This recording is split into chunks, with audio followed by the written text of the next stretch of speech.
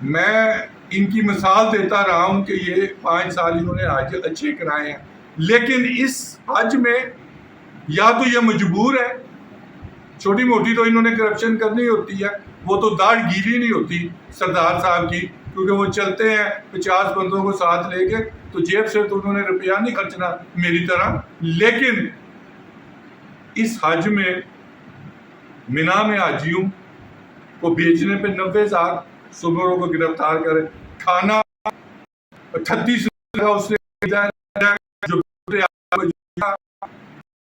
Transport ٹھیک نہیں صحیح رلتے ہیں لوگ. ماسوائے مدینہ شریف میں انہوں نے 100% مرکزیہ اور کھانا بہترین دیا. مینا اور مکہ میں حاجی رکتے رہے ہیں. میں ایک چیز بتا چکا ہوں.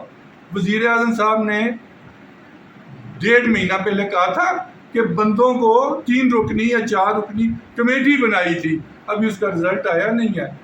جی بڑا یا تو جعلی شیلڈ ہے گی ہے، کیونکہ سردار صاحب 6 سال مرحومہ صاحبہ کو بھی کھجوریں تحفے میں دیتے رہے ہیں، کل دینے گئے ہوں گے، سوری آج تو جی بہترین حج قرار دے دیا. سردار صاحب پریس کانفرنس کریں اگر وہ مکمل طور پہ ناک آؤٹ نہ ہو.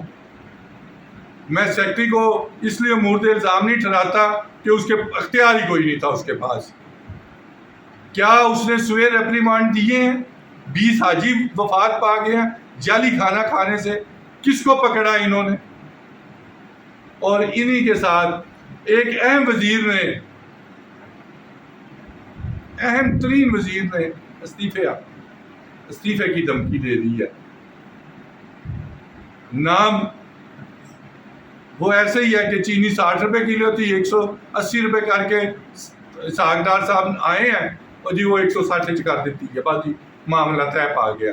کل آج آئے ہیں اسمبلی میں اور جی اسی سولر ضائع کر دیتا ہے اور ٹیکس تھلے کر دیتا ہے.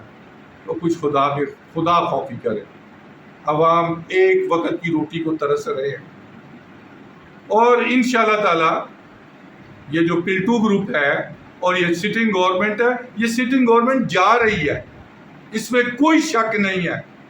تو انہوں نے وہ قانون سازی کی ہے کہ اب ایک لفظ بھی کوئی ان کے حق میں لکھنے کو تیار نہیں ہے. میں صرف حج پہ ہی رہنا چاہتا ہوں. 200 ارب روپے کی کرپشن ہوئی ہے. اگر وزیر اعظم صاحب کہتے ہیں 200 ارب روپے کی کرپشن کے باوجود حج بڑا ٹھیک ہے، تو پھر اس پہ تو یہی کہا جاتا تھا انا للہ و انا الیہ راجعون. 3 سالوں میں 25-30 ہزار ارب روپے کی امبیزلمنٹ ہے، تو پکڑے جائیں گے انشاءاللہ تعالی. اللہ خیر کرے گا.